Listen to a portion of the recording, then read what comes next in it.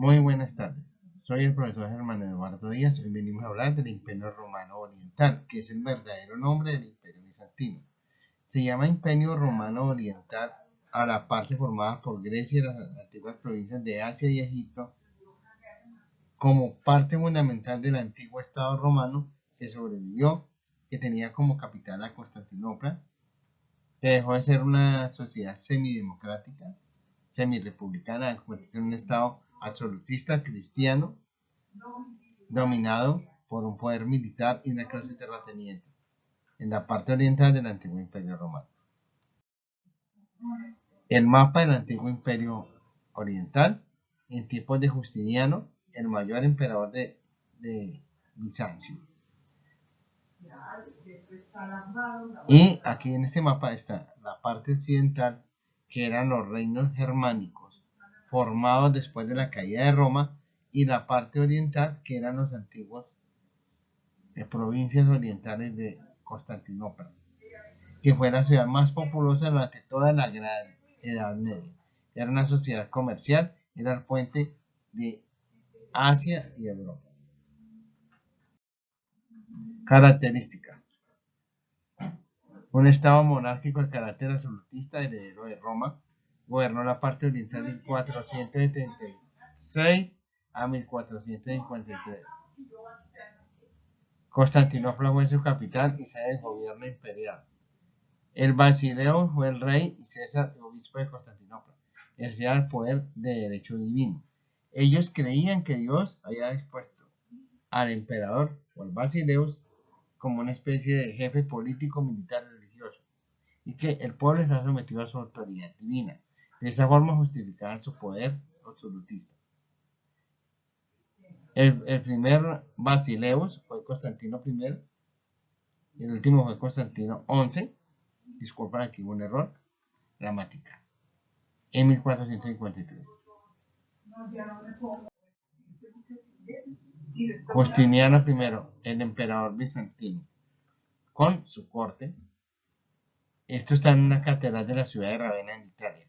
Justiniano fue el último emperador romano clásico, puede decirse, porque intentó mantener el dominio y reconquistó parte de las provincias occidentales, es decir, Italia.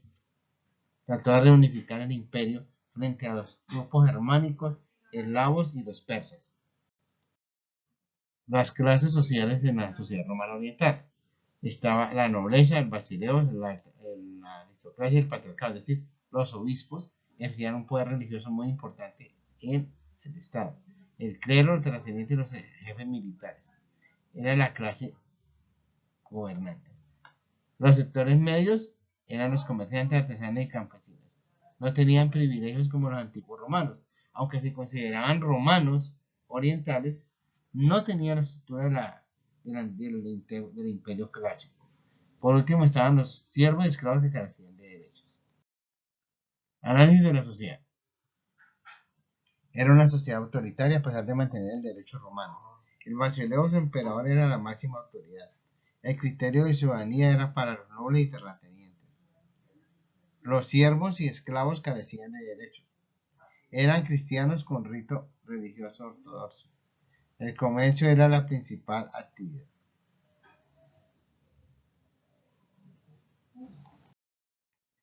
La imagen de la hermosa catedral de Santa Sofía en la ciudad de Estambul, que es el actual nombre de Constantinopla, fue mandada a hacer por el emperador Justiniano. En 1453, el sultán Mehmed II la convirtió en una mezquita. Reúne elementos de la arquitectura románica, persa, griega e india.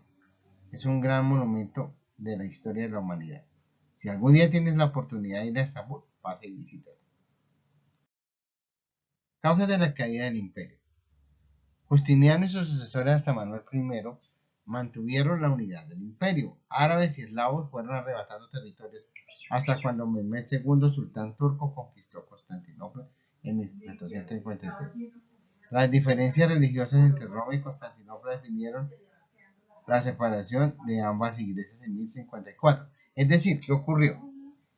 El papado en Roma tenía rito en latín y él ejercía el poder en las antiguas provincias occidentales, los reinos germánicos y el emperador alemán le rendían tributo al Papa en el Vaticano, mientras que en el sector oriental y en las provincias de Asia, el emperador romano oriental o de Constantinopla, el Basileus ejercía el control político y religioso, el rito era en griego. Además, para los griegos, el rito de las imágenes era pecaminoso y fueron destruidos en algunos templos occidentales. Eso provocó la disputa de poder, hasta que en el 54 el Papa y el emperador fueron excomulgados mutuamente. En los tiempos posteriores a la caída de Constantinopla, las dos iglesias trataron de reconciliarse por el emperador Juan VII para tratar de impedir la conquista de los turcos. En mayo de 1453, Turquía conquistó Constantinopla y ahí se convirtió en Estambul. Y en el famoso palacio de Topkapi, el sultán Suleimán expandió su imperio. Imágenes y recreaciones de lo que fue tal vez la caída de Constantinopla. ¿Qué ocurrió? Los turcos tenían armas modernas para esa época, cañones y fusiles, arcabucos, mientras los griegos y las tropas leales al emperador de Constantinopla tenían elementos muy pocos y armas rudimentarias para enfrentar a un gran adversario. Finalmente, Mehmed, el 29 de mayo de 1453, tomaría la ciudad de Constantinopla. Conclusiones.